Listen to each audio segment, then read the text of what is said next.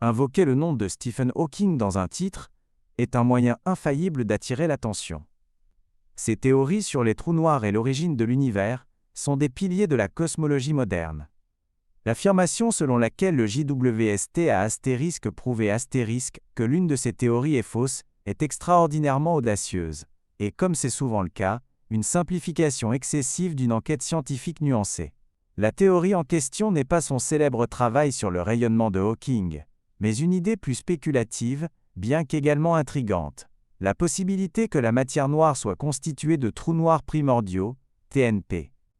Le concept des TNP remonte aux années 1970 et a été développé à la fois par Stephen Hawking et Bernard Carr. Ils ont émis l'hypothèse que dans les moments chaotiques et ultra-denses immédiatement après le Big Bang, des fluctuations mineures de densité auraient pu être si extrêmes que certaines régions se seraient effondrées directement en trous noirs. Contrairement aux trous noirs que nous connaissons aujourd'hui, qui se forment à partir de l'effondrement des étoiles massives, ces TNP auraient été forgés à partir de la matière première de l'univers naissant lui-même. Ils auraient pu se former avec une large gamme de masses, de plus petites qu'un atome à des milliers de fois la masse du Soleil. Pendant des décennies, les TNP ont été une curiosité fascinante mais largement intestable. Cela a changé avec la découverte de la matière noire. Les scientifiques ont réalisé que si ces TNP existaient en nombre suffisant, ils pourraient expliquer les 85% de matière dans l'univers que nous ne pouvons pas voir. Ils sont par définition sombres, et ils interagissent gravitationnellement avec leur environnement, ce qui en fait un candidat parfait pour la matière noire. L'idée était élégante. Elle résolvait l'un des plus grands mystères de la physique en utilisant des objets prédits par notre compréhension existante de la gravité et de l'univers primitif, sans avoir besoin d'inventer de nouvelles particules exotiques. C'est là que le télescope spatial James Webb fournit un nouveau test puissant. Comment un télescope peut-il trouver des trous noirs qui émettent pas de lumière? La réponse se trouve dans un phénomène prédit par la théorie de la relativité générale d'Einstein.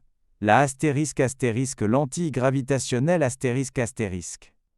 Tout objet massif, y compris un trou noir, déforme le tissu de l'espace-temps autour de lui. Lorsque la lumière d'une étoile lointaine passe près de cet objet, sa trajectoire est courbée, un peu comme la lumière passant à travers une lentille en verre. Cela peut amplifier, déformer ou créer plusieurs images de l'aile, étoile d'arrière-plan. Si notre univers était rempli d'un grand nombre de TNP agissant comme de la matière noire, les images en champ profond extraordinairement sensibles du JWST devraient être jonchées des événements de lentilles révélateurs. Alors que le télescope fixe un champ de millions d'étoiles lointaines pendant des heures, tout TNP flottant entre nous et ces étoiles dériverait occasionnellement dans la ligne de visée, provoquant un scintillement ou un éclaircissement bref et presque imperceptible d'une étoile d'arrière-plan, un événement de micro-lentilles. En comptant le nombre de ces événements de micro-lentilles, les scientifiques peuvent imposer des limites strictes sur le nombre de TNP d'une certaine masse qui pourrait exister. Plusieurs équipes d'astronomes ont maintenant utilisé les données en champ profond du JWST précisément à cette fin. Ils ont passé au crible les images, à la recherche de ces éclaircissements transitoires. Les résultats jusqu'à présent ont été sans appel, ils ont trouvé beaucoup trop peu d'événements de micro-lentilles. Les observations du JWST ont effectivement exclu la possibilité que l'intégralité de la matière noire soit composée de TNP sur une très large gamme de masses, de la masse de la Lune jusqu'à des centaines de masses solaires. Si les TNP étaient la forme dominante de la matière noire, les caméras du JWST auraient dû voir l'univers scintiller avec beaucoup plus de ces événements de lentilles. Le V-silence cosmique, observé par le JWST est une preuve puissante. Alors le JWST a-t-il prouvé qu'une théorie de Stephen Hawking est fausse? Il est plus exact de dire qu'il a fourni la preuve la plus solide à ce jour contre une hypothèse spécifique que Hawking a aidé à formuler. Il n'a pas réfuté l'existence des TNP entièrement. Il pourrait encore exister en plus petit nombre, ou dans des gammes de masse auxquelles le JWST n'est pas sensible, soit très petites, soit extrêmement grandes. Ils ne peuvent tout simplement pas être le principal composant de la matière noire. C'est un bel exemple de la méthode scientifique en action.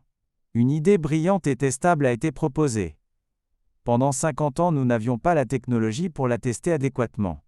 Maintenant, avec le JWST, nous avons l'instrument pour réaliser l'expérience, et les premiers résultats sont là. Plutôt qu'un échec, c'est un triomphe de la science. Il permet aux chercheurs de restreindre la recherche de la véritable nature de la matière noire, en concentrant leurs efforts sur d'autres candidats, comme les particules massives à faible interaction, WIMPs, ou les actions. Le JWST n'a pas terni l'héritage de Hawking, il l'a honoré, en soumettant ses idées au test empirique ultime.